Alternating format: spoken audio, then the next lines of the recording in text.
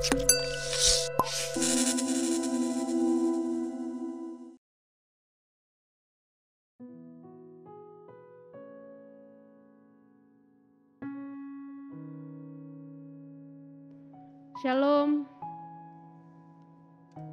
Selamat malam sahabat yang dikasihi Tuhan, yang mendengarkan pelayanan sate malam di tengah-tengah pelayanan Gereja Toraja Sinode Wilayah 4. Mari kita sejenak bersama-sama menyembah Tuhan dan terus diingatkan bahwa tetap jaga kesehatan, patuhi protokol kesehatan dimanapun saudara berada. Saudara-saudara yang dikasihi Tuhan, kita sama-sama memuji Tuhan melalui pelayanan sate malam saat ini. Sebelum kita mulai, mari kita berdoa. Kami bersyukur Tuhan, bahwa atas kemurahan-Mu sehingga kami dimungkinkan kembali bertemu melalui pelayanan Gereja Toraja Wilayah 4 bersama-sama dalam sate malam saat ini. Kami mau mendengarkan kebenaran firman Tuhan. Kami sungguh sadar bahwa baik anak-anak-Mu yang akan mendengarkan kebenaran firman Tuhan, maupun anak-Mu ini yang menjadi alat pewarta kebenaran-Mu, semuanya penuh dengan kelemahan dan keterbatasan. Kami percaya bahwa kasih-Mu akan menolong kami untuk memahami kebenaran firman Tuhan. Dalam Kristus Yesus kami berdoa. Amin. Sahabat yang dikasihi Tuhan, bacaan kita hari ini terambil dari pertama Tesalonika pasal 5 ayat 1 sampai 11. Pertama Tesalonika ayat 1 sampai 11. Berjaga-jaga. Tetapi tentang zaman dan masa, saudara-saudara tidak perlu dituliskan kepadamu. Karena kamu sendiri tahu benar-benar bahwa hari Tuhan datang seperti pencuri pada malam, apabila mereka mengatakan semuanya damai dan aman, maka tiba-tiba mereka ditimpa oleh kebinasaan. Seperti seorang perempuan yang hamil ditimpa oleh sakit bersalin. Mereka pasti tidak akan luput. Tetapi kamu saudara-saudara, kamu tidak hidup di dalam kegelapan, sehingga hari itu tiba-tiba mendatangi kamu seperti pencuri.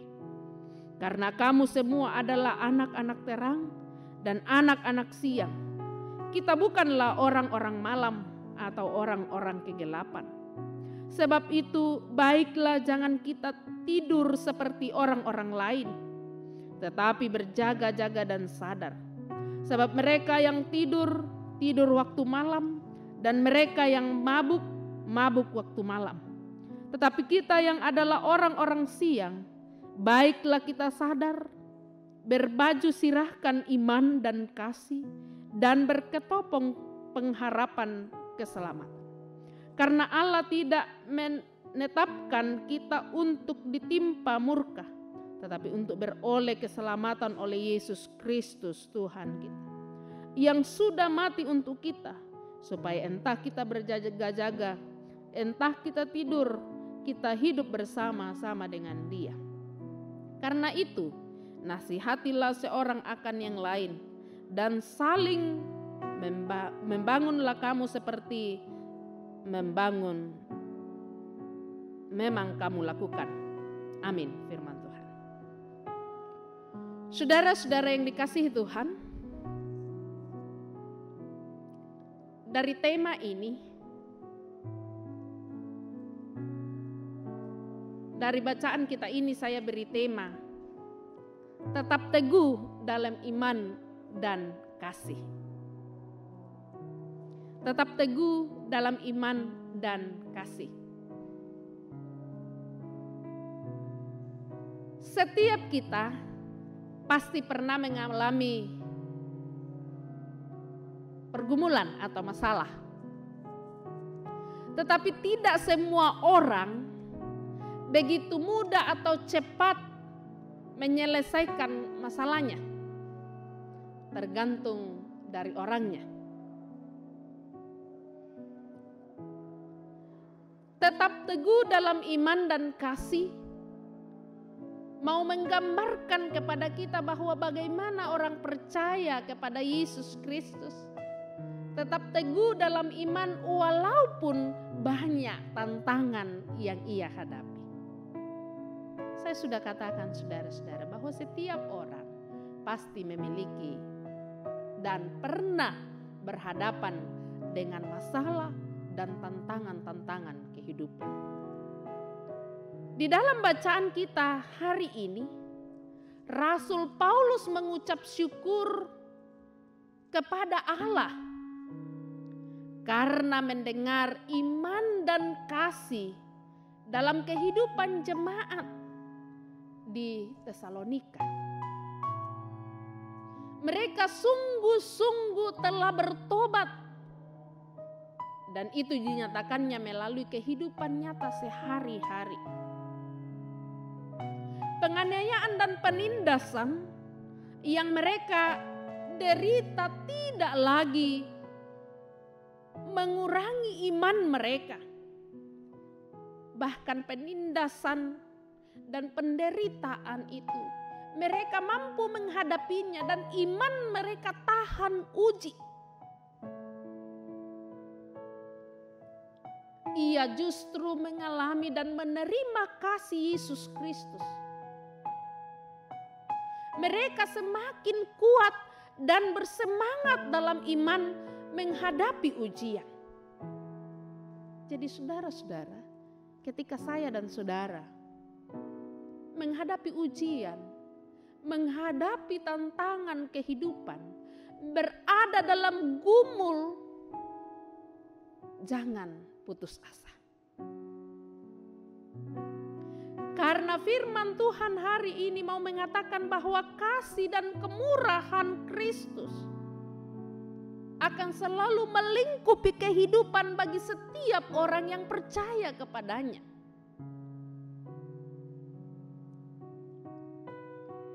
Dan di tengah-tengah tantangan yang dihadapi jemaat di Tesalonika, mereka tidak terpecah belah. Tapi mereka saling memperhatikan satu dengan yang lain. Mereka saling memperdulikan. Bahkan mereka senantiasa tabah dalam segala sesuatu. Saya kira pergumulan paling berat, paling besar yang mendunia sekarang adalah adanya wabah virus corona. Tapi saudara-saudara, dengan hadirnya itu juga ada banyak makna-makna yang kita dapat peroleh. Kita tetap teguh dalam iman dan kasih tanpa memperdulikan hal-hal yang dapat merugikan kita, yang dapat memisahkan kita dari kasih Tuhan. Kita tidak boleh memperdulikan hal-hal yang tidak baik. Karena yang perlu kita perdulikan adalah sesuatu yang baik, yang dapat membangun kehidupan beriman kita. Saudara-saudara yang dikasihi Tuhan, jelas sekali firman Tuhan yang disampaikan hari ini. Kalau Paulus dalam bacaan kita mengucap syukur kepada Allah atas kehidupan jemaat yang dinyatakan di tengah-tengah jemaat Tesalonika. Bagaimana dengan kita? Bagaimana dengan kehidupan iman dan kasih kita di tengah-tengah kehidupan kita saat sekarang? Terlebih lagi di tengah-tengah menghadapi banyak masalah di dunia modern sekarang ini. Pergumulan kita, saya katakan tadi bahwa pergumulan yang paling besar kita saat ini, yang mendunia, secara khusus kita di Indonesia, adalah adanya wabah virus corona. Ada banyak tantangan-tantangan kehidupan yang muncul, yang membuat kita untuk mau tak mau berpikir dan harus banyak hal yang kita lakukan. Memaksa diri kita untuk memikirkan hal-hal yang baik demi kemajuan kehidupan kita. Yang mungkin selama ini kita tidak tahu proses mengajar anak kita di sekolah. Sekarang kita sudah tahu bagaimana proses mendampingi mereka untuk belajar. Itu salah satu contoh. Masih banyak lagi. Pun dalam peribadahan kita di tengah-tengah masa pandemik ini, ada banyak perubahan. Ada banyak juga tantangan yang dihadapi. Ya, kita sudah melakukan ibadah melalui live streaming. Tapi masih juga ada tantangannya. Itu berarti saudara-saudara, setiap kehidupan kita, dimanapun kita berada, dan kapanpun itu, pasti punya tantangan. Mengajak kepada kita untuk terus tetap teguh dalam iman kita. Bagaimana dengan kehidupan keluarga kita? Bagaimana dengan tantangan-tantangan yang kita hadapi? Pergumulan bersama dengan anak-anak, pergumulan ekonomi kita, pergumulan sakit penyakit yang kita alami, pergumulan dengan pekerjaan, bahkan anak-anak kita pergumulan dengan studi mereka. Apakah itu dijadikan sebagai sebuah tantangan yang harus menguji kita untuk tetap teguh dalam iman dan kasih? Adakah kita senantiasa bertambah-tambah bersyukur, bahkan mewujudkan kasih kita di tengah-tengah kehidupan kita, di tengah-tengah himpitan ekonomi yang mungkin mengganggu jalannya kestabilan kehidupan kita? Sehingga ketika tercipta kasih damai dalam kehidupan kita, iman kita dapat diwujudkan melalui kehidupan kita yang baik, baik di rumah, di kantor, hidup bertetangga, bermasyarakat, bahkan dalam persekutuan kita. Dimanapun kita berada, kita akan menjadi terang. Iman kita dapat dibaca melalui tindakan-tindakan kita, melalui kasih yang kita wujudkan bagi sesama. Saudara-saudara, sahabat Sate Malam yang dikasihi Tuhan, semua ini sulit untuk kita lakukan ketika kita mengandalkan kemampuan kita. Tetapi dengan mengandalkan Roh Kudus, kita akan tetap teguh dalam iman dan kasih dalam situasi sulit apapun. Secara khusus dalam menghadapi sidang Sinode Am yang ke-25 yang dalam sorotan tema bertambah teguh dan berbuah banyak dalam Kolose 2 ayat 7. Saudara-saudara yang dikasihi Tuhan, apa yang harus kita lakukan sehingga kita dapat berbuah banyak? Semoga pelaksanaan sidang Sinode Am akan melahirkan dan menciptakan sesuatu yang dapat dinikmati, dan kita semua sebagai anggota gereja atau raja dapat berbuah di tengah-tengah kehidupan kita. Kalau itu sulit, percayakan kepada Dia yang memberi tugas kepada kita. Dan percaya juga saudara-saudara bahwa Roh Kudus tidak akan meninggalkan kita. Seperti yang dilakukan oleh saudara-saudara kita di jemaat Tesalonika. Berbahagialah orang yang suci hatinya, karena mereka akan melihat Allah. Berbahagia orang yang membawa damai, karena mereka akan disebut anak anak Allah.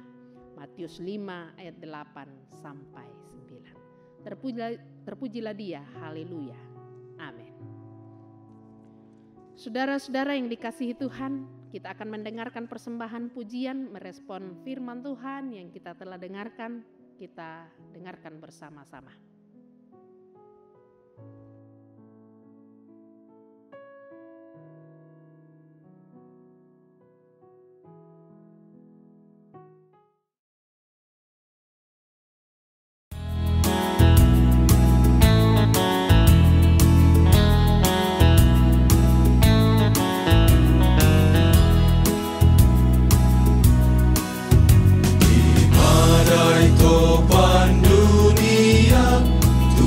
Perlindunganmu kendati goncang semesta, Tuhanlah perlindunganmu. Ya Yesus gunung batu di dunia, di dunia, di dunia. Ya Yesus gunung batu di dunia, tempat berlindung yang teguh. Siang maupun malam gelap, Tuhanlah perlindunganmu. Niscaya takutmu lenyap, Tuhanlah perlindunganmu. Ya Yesus gunung batu di dunia, di dunia, di dunia. Ya Yesus gunung batu di dunia, tempat berlindung yang teguh.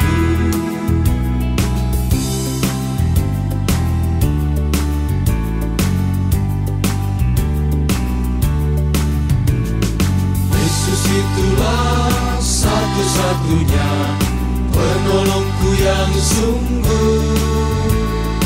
Dia berjanji akan kembali angkat kita semua. Oh, haleluya, puji Tuhan, upahmu besar di surga. Oh, haleluya, puji Tuhan, upahmu besar di surga. Oh, haleluya, puji Tuhan, upahmu besar di surga. Oh, haleluya, puji Tuhan, upahmu besar di surga. Ku mau ikut bersama Yesus dalam susah dan derita. Walau dunia noda dengan dosa, ku mau selalu bersama Yesus. Sabar dalam susah sukarmu, sabar, Tuhan ada sertamu. Sabar, sabar, Tuhan beri kuat padamu. Ke rumah Bapa yang senang, di mana tiada lagi perang dan tiada suka dan celah. Ke situ aku rindulah. Sabar dalam susah sukarmu, sabar, Tuhan ada sertamu. Sabar, sabar, Tuhan beri kuat padamu. Dan bila jiwaku lelah di dalam susah sukarnya, ku rindu rumah Bapa, di mana aku dapat senang. Sabar dalam susah sukarmu, sabar, Tuhan ada sertamu. Sabar, sabar, Tuhan beri kuat padamu. Sabar dalam susah sukarmu, sabar, Tuhan ada sertamu. Sabar,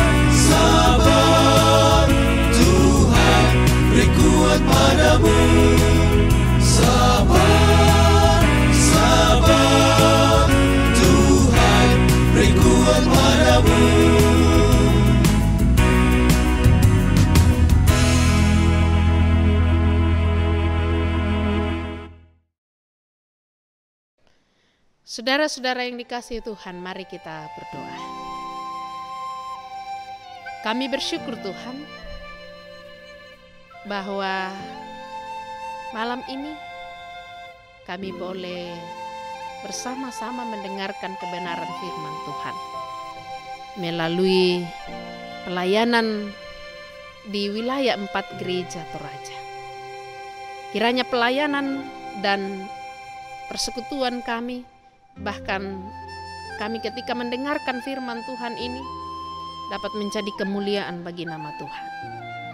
Mampukan kami Tuhan untuk melakukan kebenaran firman-Mu. Ampuni salah dan dosa kami.